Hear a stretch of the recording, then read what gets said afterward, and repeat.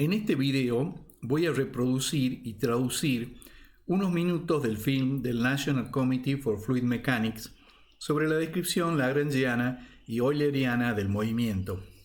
Mi traducción no es literal, sino ajustada en alguna medida al vocabulario que usamos en el curso.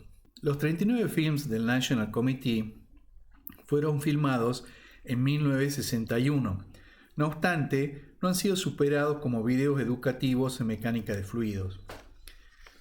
El presentador es John Lumley, aquí en sus 30 años. Fue profesor de la Universidad de Cornell.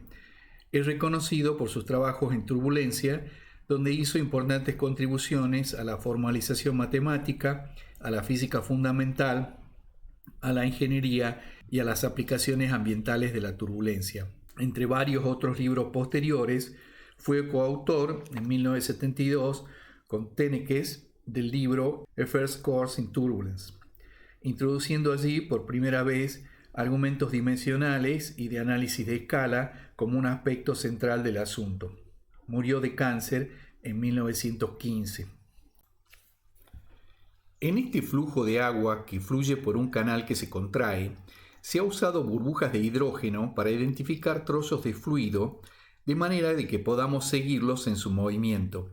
Estos trozos son bastante grandes, mientras que queremos examinar el movimiento de lo muy pequeño, de un pedacito de fluido infinitesimal, lo que hemos llamado una partícula. En consecuencia, es mejor hacer una simulación computacional de este movimiento que genere una animación visual para nosotros. Usaremos círculos abiertos, como se muestra, para identificar los puntos o partículas materiales. En mecánica elemental estamos acostumbrados a describir la posición de un punto material como una función del tiempo y usamos un vector para indicar desplazamiento a partir de alguna posición inicial arbitraria. Usaremos vectores abiertos para indicar la velocidad y el desplazamiento relacionados a partículas materiales, círculos abiertos. En un movimiento dado, podemos calcular la velocidad y la aceleración de las partículas como las mencionadas en cada instante. Aquí indicamos la velocidad de la partícula con un vector pegado a ella. En un fluido continuo, por supuesto, tenemos una infinidad de masas puntuales de partículas y debemos encontrar algún medio de marcarlas para identificarlas.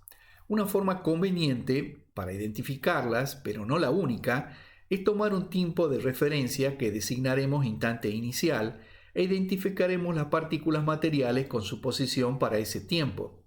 Matemáticamente diremos que la velocidad es una función de la posición inicial y del tiempo. De acuerdo con esta descripción, hemos mostrado el vector velocidad asociado a la posición inicial.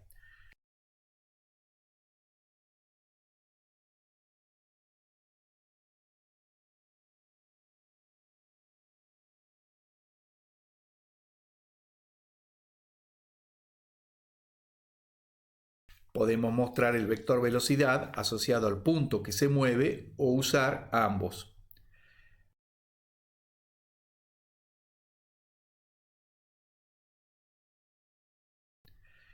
Podemos mostrar el movimiento de un grupo de partículas como estas, cuyos vectores no interfieren con otros.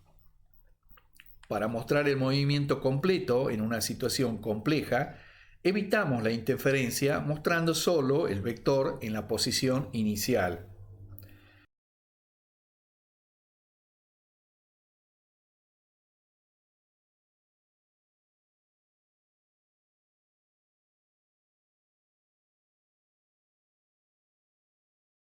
Para describir el movimiento completo, habrá que dar la velocidad de todas las partículas materiales del fluido como una función del tiempo y de la posición inicial como se muestra. Esta descripción del flujo en términos de puntos materiales se llama lagrangiana o material. Sus coordenadas las denominamos también lagrangianas o materiales.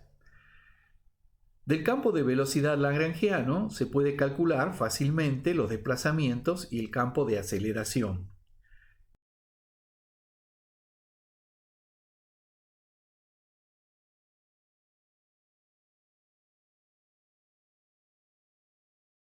podemos imaginarnos un instrumento, como un medidor de presión, pegado a la partícula para hacer lo que se denomina una medida lagrangiana.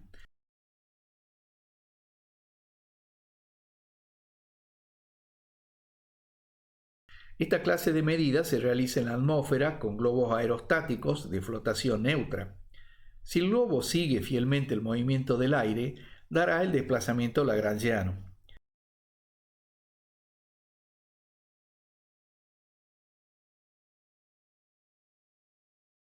Medidas como estas son muy difíciles de hacer, particularmente en el laboratorio. Usualmente preferimos hacer medidas en puntos fijos en el marco coordenado del laboratorio.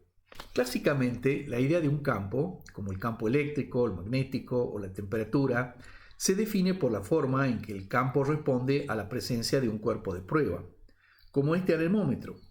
Varía con el tiempo en alguna posición del sistema coordenado. Aquí estamos midiendo en el marco coordenado del laboratorio. Siempre indicaremos el punto de medición referido al sistema coordenado fijo en el laboratorio.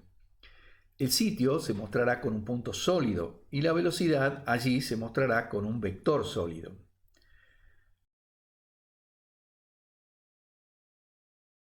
Aquí se muestra una red de puntos fijos en el espacio. Mostramos la velocidad en cada punto. Una descripción como esta, que da la distribución de velocidad espacial medida por los sensores montados en el marco de referencia del laboratorio, se denomina una descripción euleriana o espacial del flujo. Aunque el flujo físico es el mismo, las representaciones euleriana o lagrangiana no son las mismas, porque la velocidad medida en un punto fijo del laboratorio no se refiere siempre a la velocidad de las mismas partículas.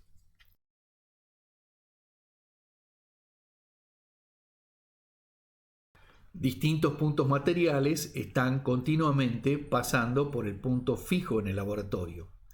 La velocidad que medirá un sensor fijo es la velocidad de la partícula que pasa por allí en ese instante.